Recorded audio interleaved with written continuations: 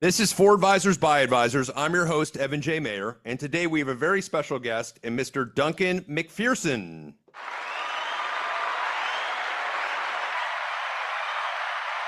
Oh, the advisor crowd is out for you. Welcome, Duncan. How are you? I'm doing great. That's a very warm reception. Excellent, excellent. Duncan is the CEO of Pareto Systems. Duncan also wrote the bestseller, The Advisor Playbook, and the Blue Square Method. Duncan, which are actually right there on your desk. Not that you're advertising those or not, No. but they're there. And Duncan has been on tour forever. I got to hear him a couple times for firms I worked with here in Florida, and seen him online a tremendous amount. So welcome to the show. Great to be here. And yeah, these are city miles. It's 30 years now I've been in the financial services space. Yeah, so that was my first question. I tried to look on the bio and get a history of how you got started. Did Tony Robbins one day inspire you and you just you just decided to come out with this? Or where did the passion come? Where did the love come? Can you give us a little background into your history? Totally accidental. In the early 90s, I had a marketing company, and in actuality, we were promoting personal and professional development seminars. One of my favorites was a guy by the name of Jim Rohn, who was a legend, is a legend. And about 25% of our clients were financial advisors. And I had friends in the business, and I just got to know the space. And I had a friend of mine, he gave me some advice. He said, look, if you ever want to make any real money, get into the business of money, because that's where it all is. So how did it get started? You graduated college and then you're working for somebody else for years and you learn the craft? Or tell us more in granular form how that came about. I'm completely unemployable. I could never have a job, but reading the E-Myth way back when, Michael Gerber reinforced the concept of creating a job. So my blood is entrepreneurship. So I've always had my own businesses, and again, accidentally got into financial services. But once I got in and understood the knowledge for profit business and working with people who aren't selling things, but promoting the promise of the future, I got very excited about the space, and still to this day, I'm very excited. What hit you on to the big time though, where your name is just so known in the business? Was it the Advisor Playbook that kind of launched that, or was it prior to that? In the late 90s, I had a breakthrough. It was like a trial by fire. I got an opportunity to speak in an event at the Don Cesar Hotel in St. Petersburg, St. Pete's Beach. And that seemed to land. That was the late 90s and resonate. And then it took off. I had another little breakthrough in the 07-08 episode, because that was such a revealing period that separated the best from the rest. And then I got connected with a guy by the name of Chris Jepson, who heads up the practice management department at First Trust.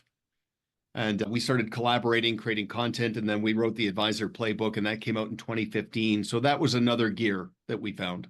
Sure. And Chris was on our show early on in our show. I think we had him in the first 20 episodes or so. So great guy, and thinks extremely highly of you. If you haven't heard that episode, talks very highly of you, which is why I reached out, and very excited to have you on. A few questions for you, some funny questions, some niche questions. Let's talk about niches. I love this concept because when you go onto LinkedIn and you hear advisors need to have a niche, and I was one of those advisors that never had a niche, right? I worked in a bank channel and got referrals that came in, right? And everybody was a different type of person.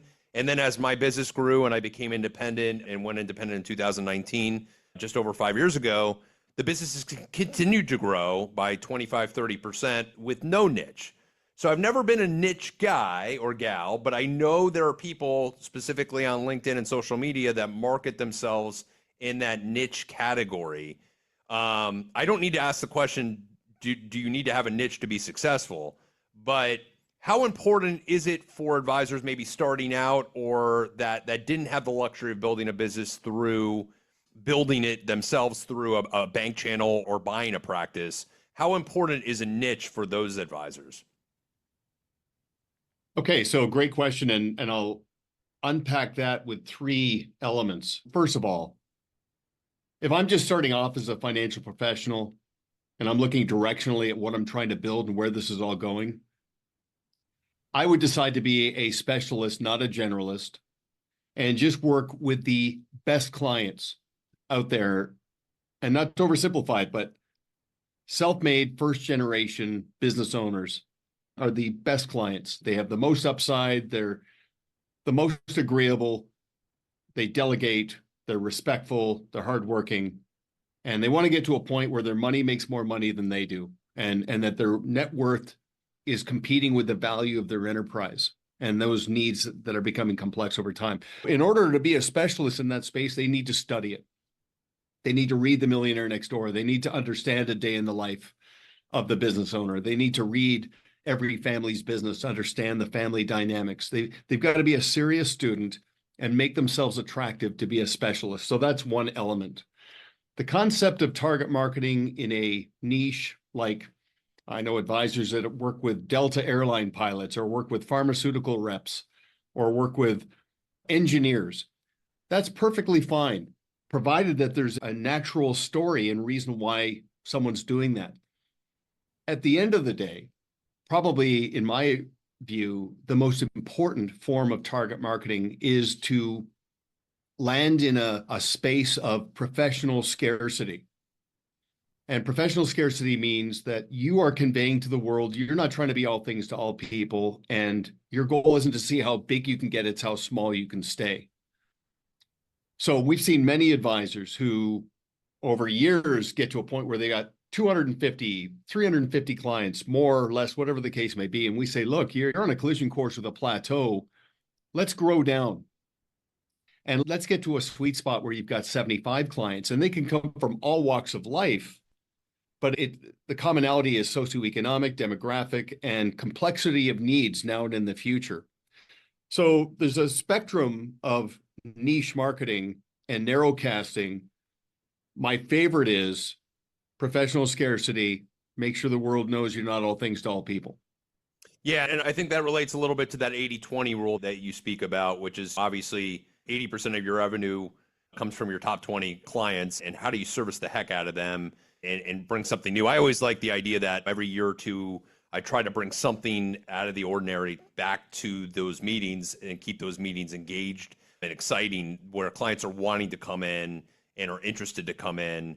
And again, in our practice, we don't ever have that issue of, oh, I can't get the clients in. They want to come in. They're interested in something new or exciting to their financial plan. Let's talk about, and I've asked Chris this question as well, our relationship building and sales, right? Sales isn't everything we do. I don't really consider us to be salespeople, but if you're really good at what you don't come across salesy, right? And at the end of the day, do you think it's a God-given talent to have that capability of communicating with clients? Is that something that obviously, do you believe it could be taught to advisors, that if they were listening to you, Duncan, and hired you for 5 years to really help with their practice management, is everything teachable or is some of it God-given? So I'm going to push back on one thing. I believe in this era, especially, that a financial professional's value is bought, not sold. They don't need salesmanship.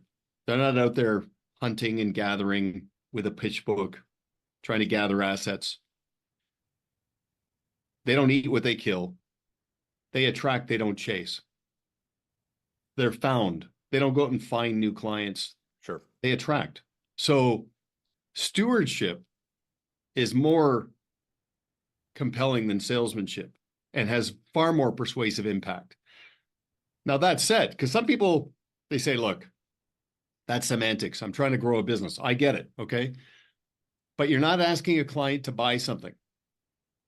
You're asking a client to buy into something. You're asking a client to buy into a meaningful relationship with me as a professional, buy into my practice and the client experience it creates, and buy into my process and the ability for that to put all the pieces of the puzzle together. Those advisors have the best persuasive impact. These are the advisors, when they meet with somebody for the first time, it's not a sales encounter, it's a fit process. They have an agenda, there's no hidden agenda. And halfway through that first meeting, it's the prospective client saying to the advisor, look, I've heard enough. Would you accept me as a client? Would you just take me on? It's not the advisor closing. So Sure. That's something that I think is very significant now, especially because the world is so noisy. There's so many distortions. There's so much uncertainty. Professional contrast is achieved through stewardship, not salesmanship. So that's a long-winded sort of position. No, it's a great position, and it's actually extremely factual because until I actually had a defined process, and that defined process was shareable with clients. And I know everybody creates a process, but not necessarily shares their vision of how they work with clients on a visual basis. That first opening meeting of here's my process, here's how we work with clients, here's how we do it, and here's the start of the process if you want to be part of it. You do get those answers normally in the first or second meeting, which is, hey, I just want to work with you. How do I do this? Right. And so I think that's a humongous thing. How important is it for an advisor to really sculpt that process out and make sure that clients can visually understand where they're headed? Yeah. Okay. So now we're getting into the weeds, which I love this. And just to back up for a second, I spoke at a conference just literally a couple of weeks ago, and the speaker before me, and even the person introduced to me, was in fact drawing from the lexicon of salesmanship. They were talking about wallet share. They were talking all of this stuff around transactional salesmanship. And I got up there and pretty big group, and there was an empty chair. And I said, I just want you to know something, that I want you to imagine your favorite client sitting there listening to us. Would you be proud of what we're representing here? Not just technical ability, but what our objectives are. Like we talk about referrals. I tell my clients, don't ask for referrals. Be referable, but don't pitch the idea of a referral as a favor you're asking of the client. Position it as a service you're providing for a client. I make myself available to be a sounding board. They don't need to become a client to take advantage of this. If they're important to you, they're important to me. Like all that positioning, just be completely transparent and forthright. All roads lead to what's better for the client. This is, in this era, I think, absolutely key. Now, to get back to your question about teachability. Yeah, some people are locked in the status quo, and the clay is rock hard. They're set in their ways. We've had a great run with the markets, and that minimal sort of interruption in market progression has created a safety net that's become an actual hammock of complacency for a lot of advisors. Not those who listen here, but you know what I'm saying. Sure. And respectfully, with AI and everything that's happening, that group's on a collision course with obsolescence. The enlightened group, the clay is soft. They are continually working on themselves, personally and professionally. They're serious students. They're adapting. They're innovating. That group is teachable. Now, they have to have a foundation of moral compass, authenticity, skill set, and all of that. Sure. Like Socrates, you look at any of the great philosophers in history who understood human nature, the humility, massive gratitude, massive humility, and massive ambition to always get better. Those people are teachable, and those are the people who are going to win. Correct. But you can't teach those things. They have to have that internally for them to be great. Yeah, I agree. And the old Confucius, when the student is ready, the teacher will appear. It's Sure. not saying that they are doomed forever. Sure. They might just be late adopters. There's a great book written in 1970, if you can believe it, called Future Shock by Alvin Toffler. And he talked about what is called the new illiterate. And think about this, it's 55 odd years ago, but the new illiterate had nothing to do with the ability to read or write, but it had everything to do with the ability to adapt and just be open. The best athletes, the best people in business, the best in any chosen field, they embrace coaching. Sure. They want other eyes looking in on their approach to keep refining and optimizing what they do.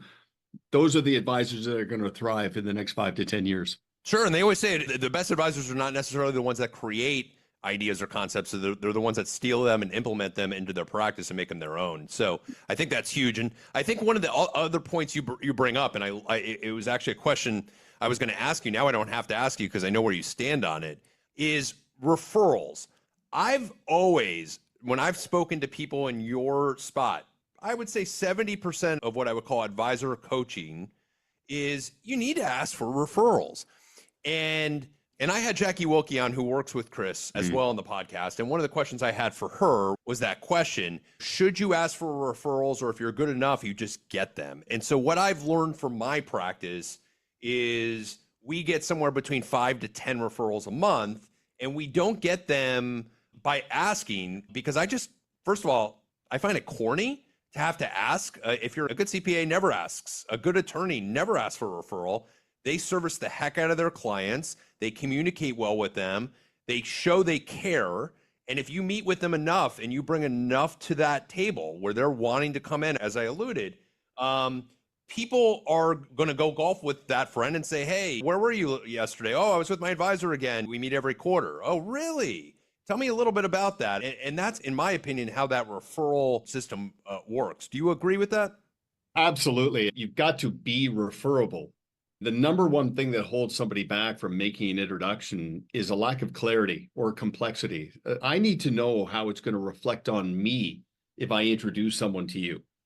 So if you've demystified that for me, you've explained your process, you've explained to me what my friend is going to go through. Now I'm at a point where I'm not just talking about you, I'm actually an advocate for you and my friend. I feel I'm doing my friend a disservice by not introducing them. Sure. That's just being referable. And if you think of the word deserve, you draw a line between the first C and the S, it stems from the words to serve. Like you said, be just serving the heck out of somebody with client service and client experience. But I meet a lot of advisors who are their own best kept secret, who are referable, and yet don't get the quality or the quantity of introductions they feel they should. We communicate it, we talk about it, but we position it as a service. And I tell you, I know an advisor who could do a masterclass on referrals in 5 minutes. His business runs like a Swiss watch. He's incredibly referable. He never asks for referrals, but he talks about it. And how he talks about it is he talks in terms of stories, the old facts tell, stories sell. For example, Evan, if I'm the advisor, you're my client, we're having a chat. And I say, Evan, how's it going? How's life? And you tell me. Invariably, you're going to say, how's life with you? This is what the advisor does. He just says, I got to tell you something. We are on cloud 9 over here right now. Like, we love what we do. But a couple of days ago, one of our favorite clients, long-term client, asked us if we'd speak to their sister, who was going through a lot of different issues. Sure. And I said, of course. We sat down. I could tell she was carrying a heavy load of uncertainty and anxiety. And I just worked her through it. And I could see her apprehension melt away. And it just reminds me, that's why I became a financial advisor. We just love what we do over here. Now, of course, it helps if that's true, like if that actually happened. But what he's doing is he invests the social proof and situational, experiential interactions in other relationships. But he also says, we only accept new clients that are introduced to us. It's got to be a good fit. But he fuels it with purpose and the energy of an actual story. That's what he does. And the fish jump in the boat, the quality and the quantity of introductions, 5 to 10 a month, that's impressive. So obviously you're doing a lot of things right, but you're probably never asking for referrals. You're never going there and saying, hey, who else do you know? I get paid in 3 ways and I'm trying to grow my business, looking needy. You're just referable, and you talk about it from the concept of belonging and your sense of purpose. Sure. But as I alluded to earlier, and I think you alluded to, we can always get better. And if telling stories, now I have a ton of stories. You don't even have to make those stories up if you've been referred a lot. You can absolutely tell those stories a little bit more, especially with clients that maybe don't know you're referable. Another example was the other day, I sent an email out talking about the hurricane, because we had a hurricane down here in Florida, and basically saying we service clients in 32 states. And so if you do need to reach out and you're not in that hurricane zone, you can reach out to this number. I got 2 referrals from 2 clients that said, I didn't know you worked with clients in outside states. Just the finding those ways to communicate subtly without asking for a referral, but basically implying that you are referable, just to bring that 360, is exactly right. And Evan, you're just demystifying. You're not your own best kept secret, but you're not tooting your own horn. You're just removing the mystery for people. And I'll tell you something. there is a massive vacuum and void of this sense of belonging out there. Chris Jepson would tell you that 44% of clients of financial advisors are open to options. The best advisors are at their highest level of referability right now. And I'll give you another thing about referrals.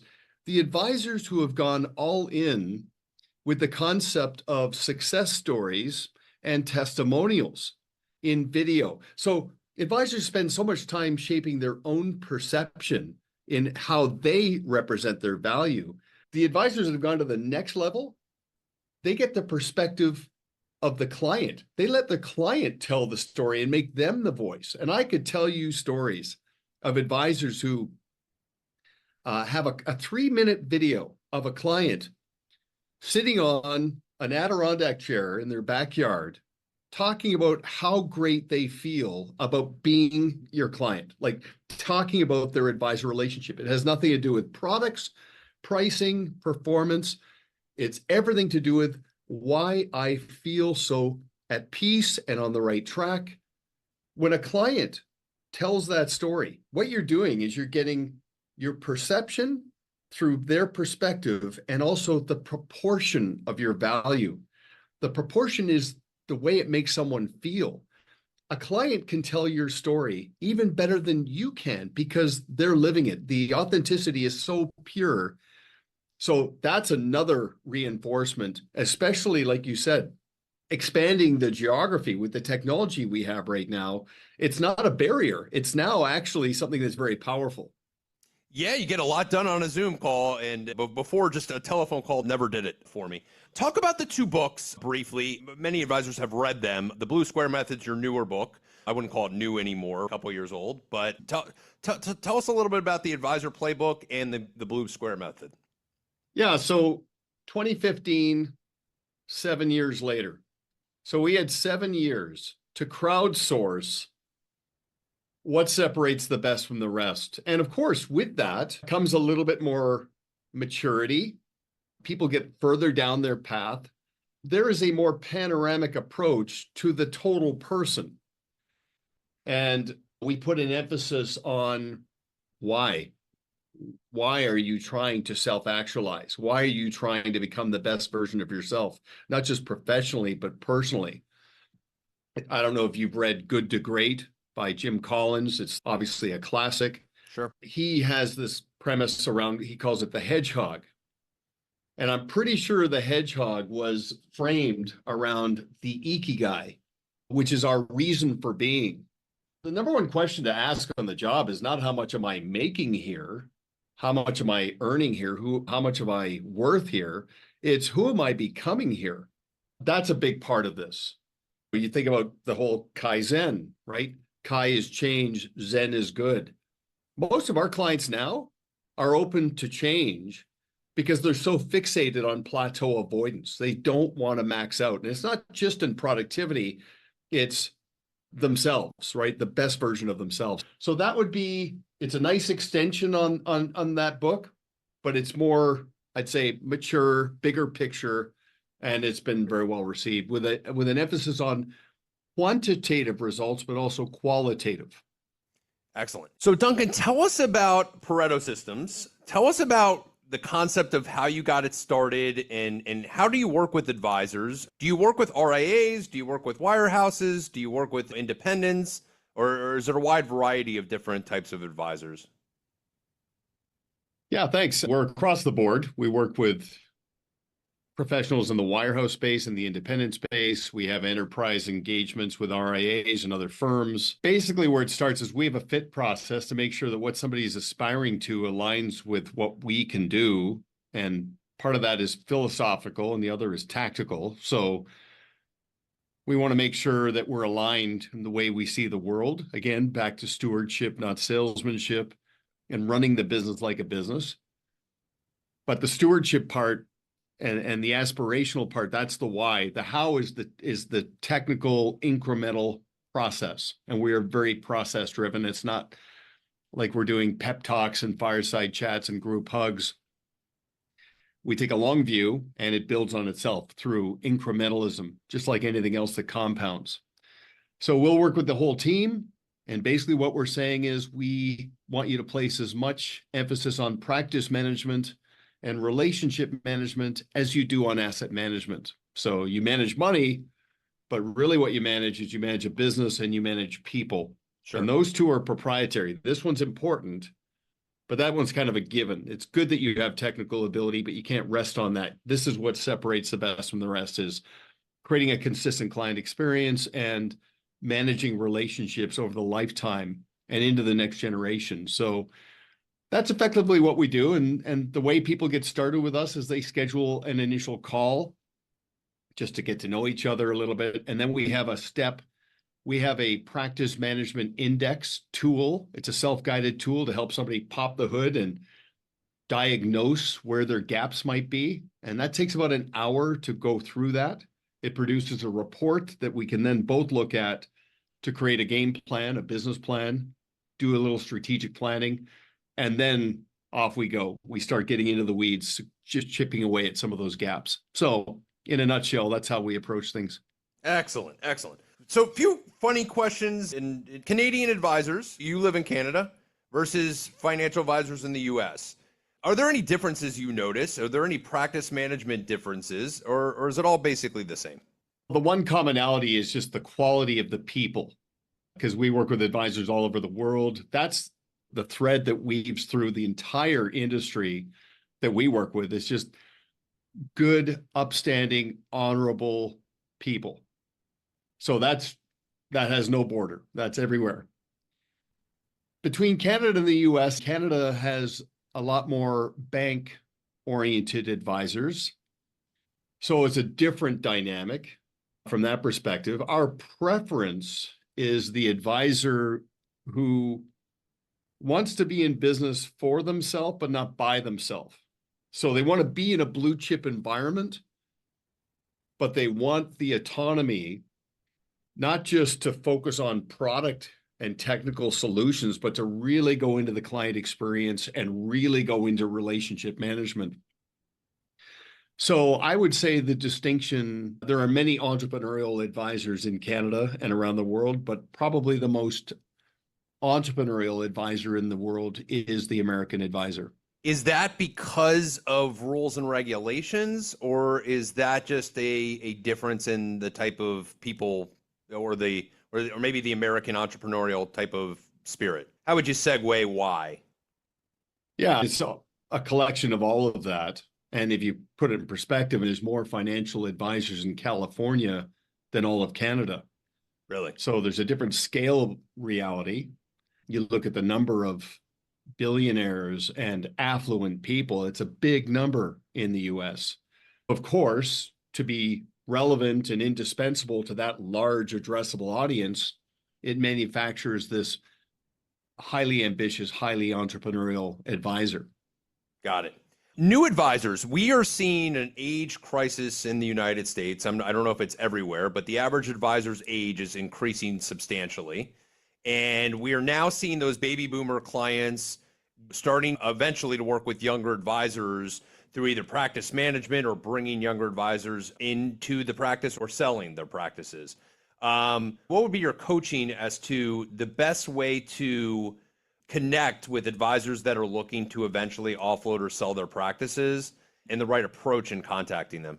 The right approach in contacting them, I'll just start there, is that there's a vein of gold of really good, talented people, and there are HR firms that will go out and source that talent.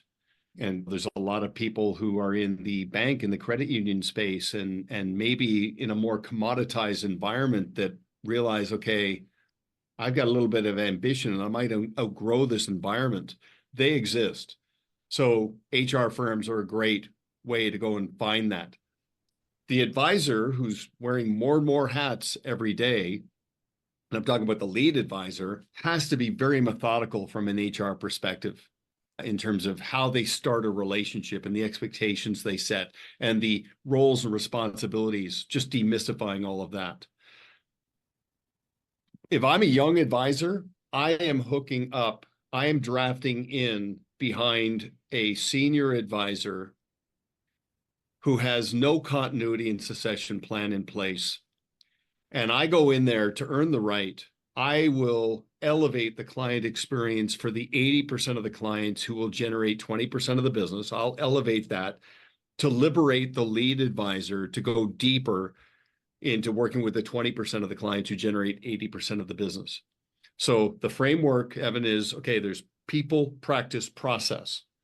So if I'm the lead advisor, I'm bringing on a new person for the 80%, but using the same practice and same process. I'm actually doing them a disservice by I'm not handing them off to a junior. I'm actually elevating them. And that positions the protege into the environment. And then over time, they can earn the right to go deeper.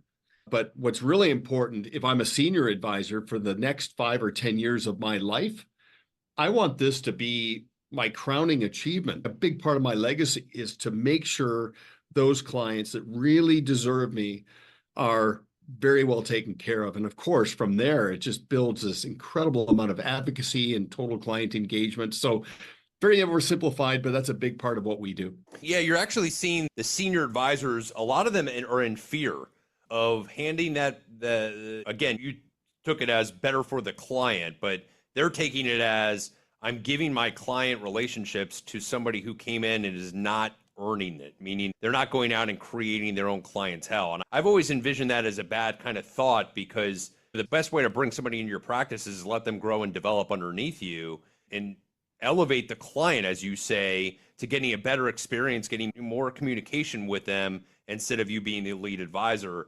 I think that's a big hurdle maybe in the business. I don't know if you're seeing that statistically, that older advisors are less likely to bring in youngers because of that fear of, hey, I'm going to bring this person in and they might not gel, they may gel. Just bad experiences with lazier advisors that are starting out. Because when we started in the business, Duncan, or when I started in the business at least, it was dog eat dog initially, and you ate what you killed, and you went out and then you hit a certain level and you start saying, okay, now I really want to perform and get better, and you have that capability to do. Do you see a changing of the guard a little bit in how the younger advisor? Yeah, the industry, the space in general has evolved and matured and become more enlightened and more panoramic and around the shift from just knowledge to expertise and what that means. My view, of course, is that you have clients who have continuity and succession and family investment legacy issues and unmet needs. The best way for you to become indispensable for that client is for you to address your own in real time. Not talking through life within a simulator, but real time. Like, I'm doing this, my clients have these issues, and a lot of clients kick that can down the road for whatever reason as well. So that's a great way to look at it. And from a positioning perspective, an advisor can introduce a protege and introduce the elevation of their client experience, being fueled by client needs evolving and becoming more complex. That positioning is always good, but also the legacy. One of the habits that Stephen Covey talked about was beginning with the end in mind. Like, every business is built to be sold. And if you think about that, reverse engineering, let's do it on our terms, and let's have a legacy that we can look back on and go, I took great care of my clients. I helped a team self-actualize, and I made a profit, but I left a profit. Everybody I interacted with were better off because of what we built out. So that's a mindset to take and apply to this, but the positioning is really key. And because of demographic forces, as you're talking about, this is a big part of what we do on a daily basis, is help an advisory team position themselves to help their clients prepare their heirs, prepare their business, prepare their exit strategy, and take care of their own in real time. It sounds like you would be a huge advantage to somebody like myself. We're at a place where I'm taking on clients, and it's no longer about taking on more clients. It's actually getting more difficult to do. And how do you scale that properly to where you could still do what you love to do, but also run the business and start scaling up and working that 80-20 rule. For advisors that would like to reach out to you, could utilize your services or your company services, what's the best way to get a hold of you? Thanks. At a minimum, just look for me on LinkedIn and just follow us there. Just look Duncan MacPherson. I should pop right up. We're very active there. So if you're just a serious student and you want to keep tabs on what the best in this business are doing, we share actionable proven strategies on LinkedIn pretty much every business day. So that's a good place to start. Someone can go to our website, paretosystems.com, kick our tires, schedule a call. We don't try to convince someone to become a client. It's all got to be aligned and a good fit. But that's a really good start. LinkedIn, and then just schedule an initial call with us. Excellent. Hey, Duncan, one last one. We love success stories. Give us an awesome success story that you've had in the past with an advisor that came to either work with you guys or that happened to read the book and came up to you and told you about some success they're having. Okay, I can't just do one. I'll do one that's qualitative. I told an advisor, I said, I want you to make yourself obsolete and to set a goal in 18 months to take a 6-month sabbatical and go to Europe for 6 months. And be in touch but out of reach. I want you to do that. Just based on everything you're telling me about what's going on in your life, where you are with your family. He did that. And he said it was probably the best thing he ever did for his family, for himself, but also his clients loved it. He prepared his team, he prepared the clients, and a lot of the clients are saying, how can I do this? Okay, so on a qualitative level, that's hugely important to me. Another one, and I just had this conversation recently. I met an advisor who was a little north of 500 million AUM, and we were talking about what the next 5 years look like. What's nirvana for you? And we were talking. He said, a billion. I want to get to a billion. And I said, are you $1 billion advisor? I think you're $1 billion advisor currently at 500, but what do you think? And he said, I'd like to think so. And we worked on that. And I said, when he crossed that milestone and added that comma, I asked him, I said, do you find it fascinating that nowhere from 550 or whatever it was to $1 billion, did you all of a sudden become a better financial advisor? Like, you were always good. What did you get better at? He got better at all the things that were proprietary to him. He actually, for all intents and purposes, got out of the asset management business. He outsourced so much of that. First Trust is a classic example of a firm that has scale that many advisors lean on to liberate them to go deeper into what is proprietary. He got better at practice management, running the business like a business, not a book of business, and creating loyalty and advocacy with clients. So those two are some of my most recent and probably my favorites. Excellent. Great way to end it, Duncan. Thanks so much. Again, for those advisors out there, hopefully you enjoyed today's podcast and send questions to Duncan. By the way, very easy to reach. I friended him on LinkedIn and asked him to come on, and he said, sure. So definitely an accessible person, which is great. So Duncan, thanks again for joining us. Great job, Evan. Thank you. And thanks for everything you do.